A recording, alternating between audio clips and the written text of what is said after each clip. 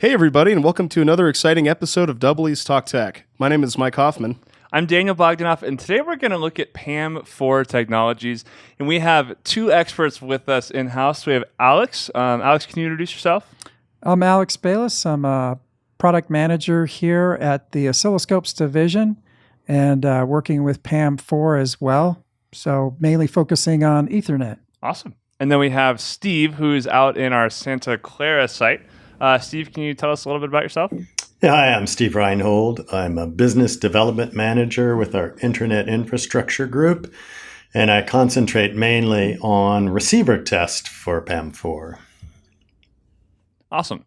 So Steve is more of a receiver guy, and Alex, you're more of a transmitter guy. So basically we're going to let Alex talk to Steve, and that will be the whole podcast, and Steve will listen. Is that sound about right? I'm the transmitter. We'll be the man in the middle receiver. attack.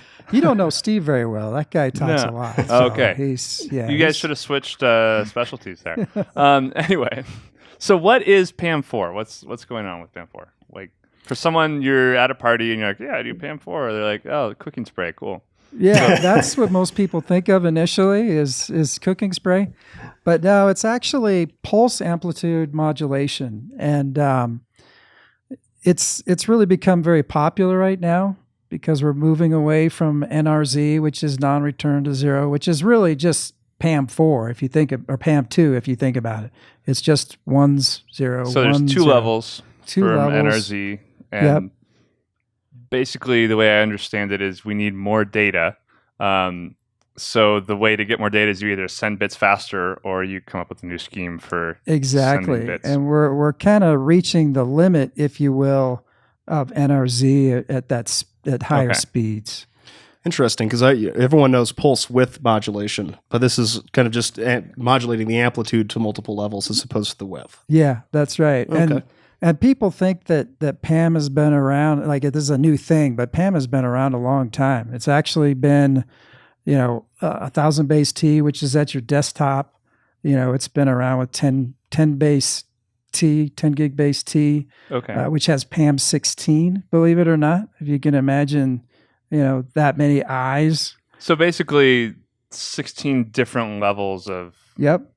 Okay. 16. Almost like an analog to digital converter or vice versa, creating different output levels? You can almost think of it that way because it's very, when you look at it, it kind of blows your mind a little bit because it's ridiculous amount of Sounds of terrifying. eyes. What's the voltage swing from like the lowest to the highest? Well, for PAM4, it kind of depends on the specification, but I think it's typically between 600 millivolts to 800 millivolts. Around that area. Yeah, that's so tight. We're talking very tight eyes, basically. And then, Steve, on the receiver side, is it like, how do you set that up? Because for just a 1 or a 0, you set up a comparator and you're good to go.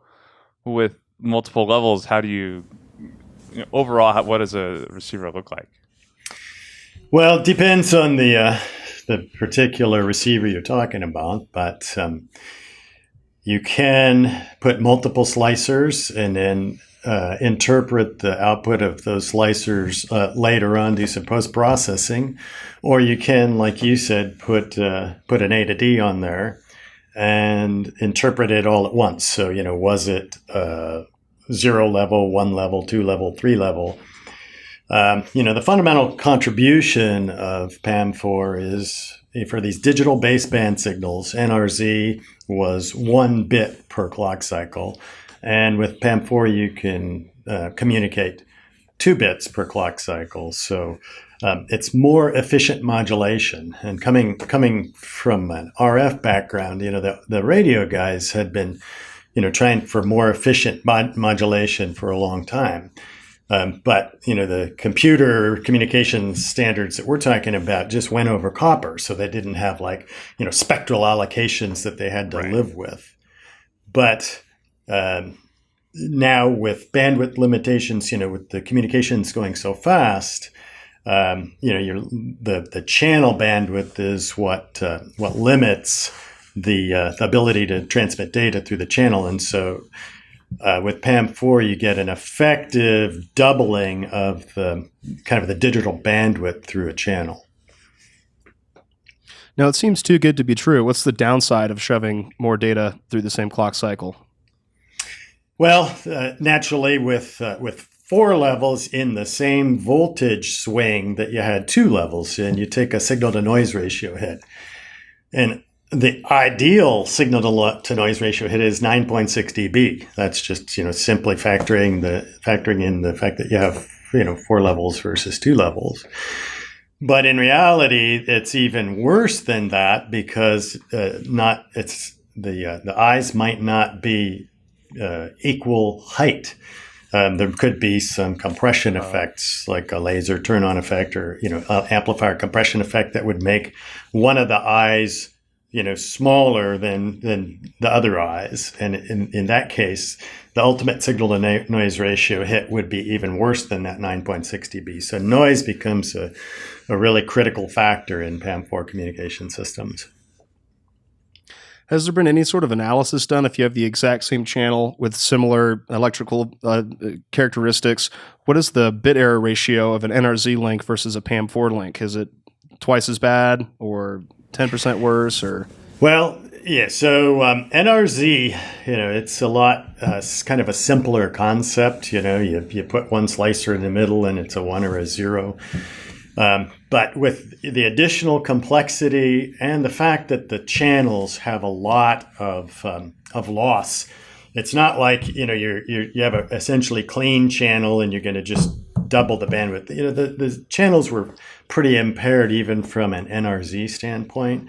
So when you add the additional kind of noise hit of a PAM4 signaling architecture, then there is a hit on BER. So a lot of the PAM4 standards actually are designed to operate at high BERs, where in NRZ days you'd operate 1e to the minus 12th or 1e to the minus 15th BER. With PAM4, some of the standards are targeting 1e to the minus 4th or 1e to the minus 5th, and then they clean it up later on with forward error correction or FEC. No, when you're talking about to the negative 12th versus the negative 5th, that's a 10 to the 7th increase in error rate. So 1 million times more errors. Is my math correct on that?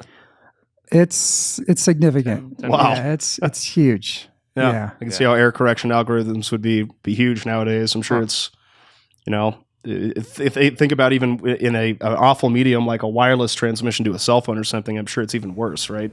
Yeah, so, but the companies, they're having to invest a lot of money in designing more complex receivers and more complex, post-processing kind of compute power to get these PAM4 signaling systems to work. But it's worth it because they don't have to, jack up their existing infrastructure and replace the channels. The channels are like the computer backplanes, or, some of the other kind of network infrastructure that have these bandwidth limited channels. So if you can cram twice the throughput through those expensive kind of fixed assets, then it's definitely worth the extra effort that you have to go through to get a more complex signaling scheme to work.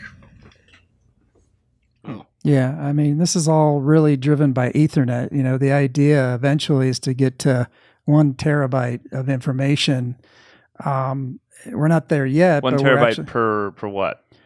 It's the way you think of it, gigabits per second. Yeah, terabit per second. So we're really Fiber. at the point now where we can get, there's specifications out there now that are being developed that are working on 400, for example, gigabits per second. And if you start multiplying lanes, you can actually push that out to 800 and so forth. So I believe they will get there, but it's definitely a stretch goal. And that's just internet data demand, or what's really? It's just the huge amount of data demand. When you go to Google and you start, searching on, funny cats or something like that, memes or whatever. That's that demand that's getting pulled in there, and it's mainly in the data centers. They're seeing that kind of traffic at the server side, right? So people who are watching or listening to this, we can blame them for exactly for avoiding you too, right? They're at fault. We love them. That's right. We love them. It drives a lot of business for us, having the demand for bandwidth go up. So we appreciate that. I hope you guys don't compress this video when you post it. We'll be in 4K, I think. It reminds me of when I first started with, it was HP at the time, and the guys that worked at disk drive companies would email me huge, like 1 megabit pictures. And I'd go, how can you clog my email system with a picture that big? And they said, simple. We want your disk to get full. Well, it's the same idea here. That's a really clever idea. Like, too bad you can't get all our pictures from our marketing spam because I wonder why iPhone. I probably shouldn't say that, but I wonder why certain phone brands don't allow expandable memory, but also for cloud services. We know. That's an Apple thing that they've been doing forever. Is like, I don't want to go into it. Put it up there in the cloud, not personal. Right? Cool stuff. All right. So, what is kind of the there's PAM4, PAM2, PAM4. Is there a PAM6 or a PAM8, or is there some sort of diminishing gains to boosting those levels higher and higher? Well, there's PAM3 actually for automotive Ethernet, believe it or not. So when you're PAM3, yeah. So when you're running around in your car, you actually have automotive Ethernet that's doing PAM3. You have, like I mentioned, PAM16, PAM5 for 1,000 base T. PAM3 sounds like something that not a digital guy came up with. Well, actually, it was leveraged by Broadcom. Broadcom actually helped develop that technology. There's some limitations that ran with that, which is they wanted to have one pair go through the car, one pair of cable. That's it. So there's a huge amount of cost savings by doing just a single pair, whereas normal, Ethernet technology has 4 pairs typically. Your 1,000 base T has 4 pairs going to your desktop, for example. You have multiple lanes when you're dealing with 200 and 400 gig, Ethernet. Mm-hmm. But when you get into a car, every little pair adds that much more weight, and also they want to try to keep the cost down. So every cable that's ran through there, it saves them, and that's the major. By the way, that was the major driver.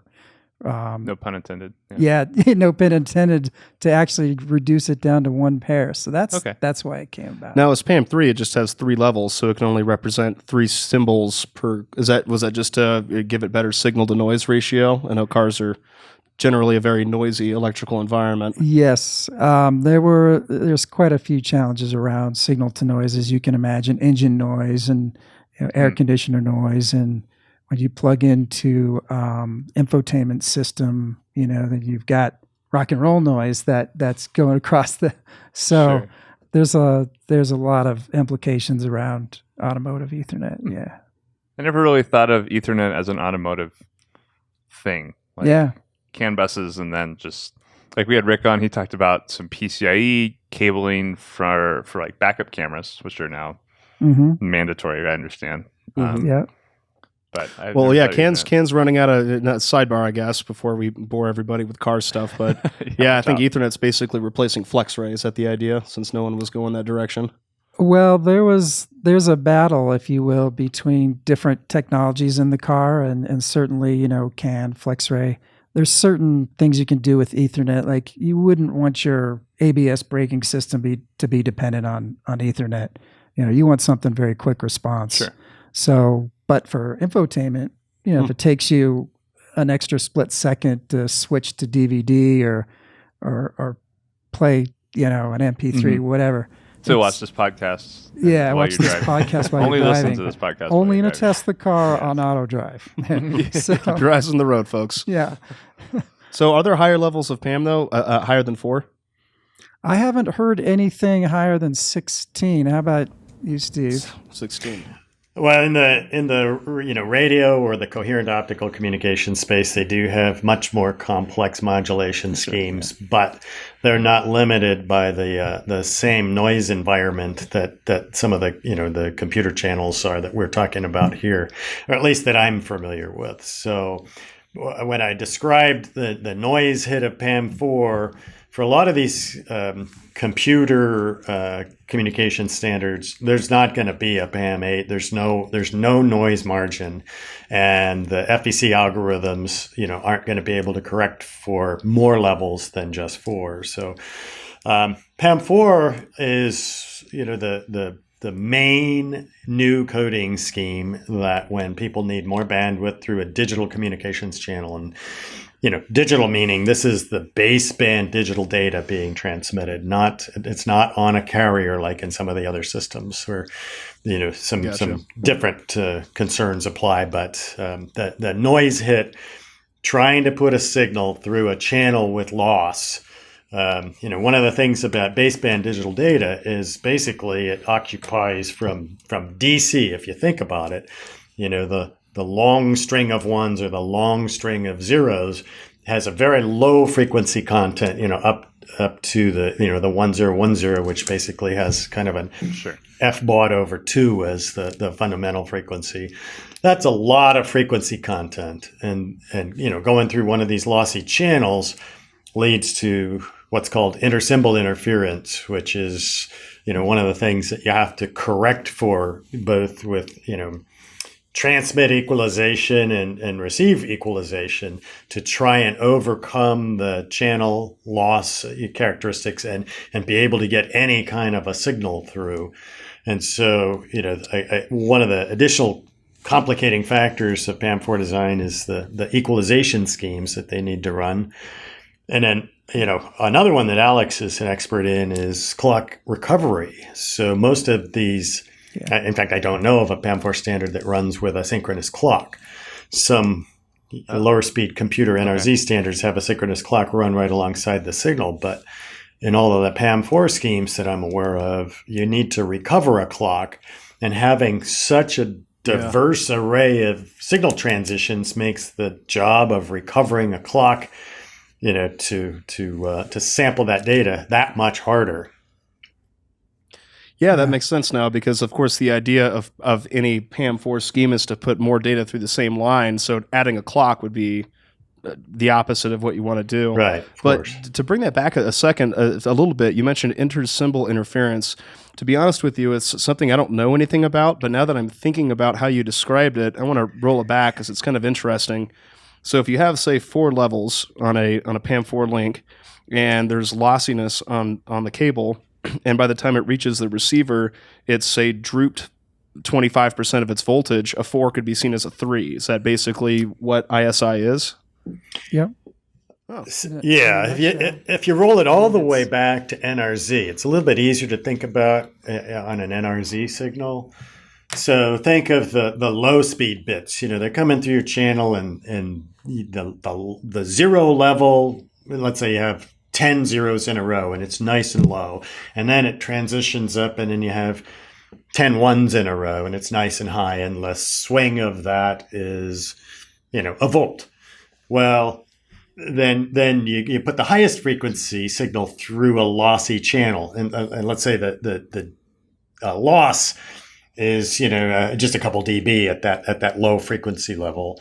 Then you put the highest frequency series of ones and zeros through, and there's like 20 dB loss. It's 1/10 the amplitude of the the low frequency part of the signal.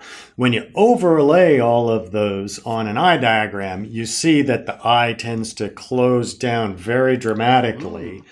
And you can see it, it's a little bit easier to understand on an NRZ signal, but the exact same phenomenon occurs on PAM4. When you do, to overcome that, you do what's called de-emphasis or pre-emphasis on the transmit side and equalization on the receive side. And what that is, I'll date myself here, it's kind of like Dolby. What you do is you boost the high frequencies at the expense of the low frequencies, because the channel has the opposite characteristic. It has loss at high frequencies versus less at low frequencies. So if you boost the high frequencies, they will get through. They'll have a better chance of getting through that channel. So if you have a pre-distorted signal at the near end of the channel, you'll have a better chance of receiving it at the far end. But with today's standards, that's not enough. You also have to do similar techniques at the far end of the channel with receive equalization.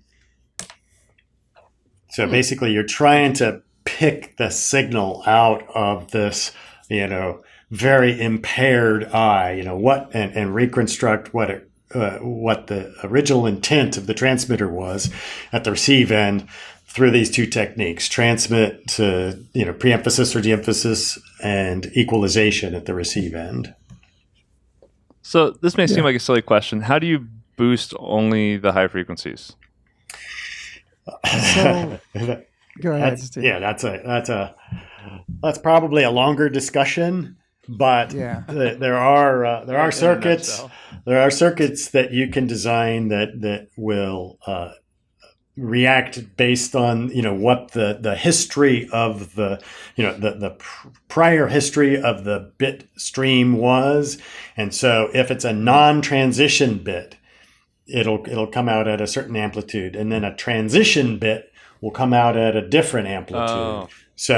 If you have a transition bit, that implies some high frequency component, you'll send that out at a higher amplitude. So that's a very quick and dirty explanation of how you pre-distort the signal. But it's a longer discussion than we have time for today. Both transmit equalization. So it's not like just boosting. Yeah. It's not just like boosting the treble on my equalizer at home. Well, that's why I equated it to Dolby. So if anybody is as old as I am, you can remember when you had cassette tapes, and if your deck had Dolby, they would boost the high frequencies before they laid it down on the tape, so that you'd have a chance of recovering the high frequencies when you played it back. So you would boost them, lay it down on the tape, and then you'd go ahead and attenuate them when you played it back. So because there was a lot more loss, and the signal to noise ratio at the high frequency end of the sound spectrum was worse. So it's a similar concept to that. Yeah, pre-distorting the signal to have a chance of getting it through a channel with nonlinear frequency response. Okay. Yeah. Typically, Steve mentioned clock recovery is a big challenge. If you can imagine, the three eyes, and all of a sudden they're collapsed so much that you can't even distinguish an eye. Sure. Well, I mean, on a scope, you still have to be able to recover that clock. To make the eye at all, right?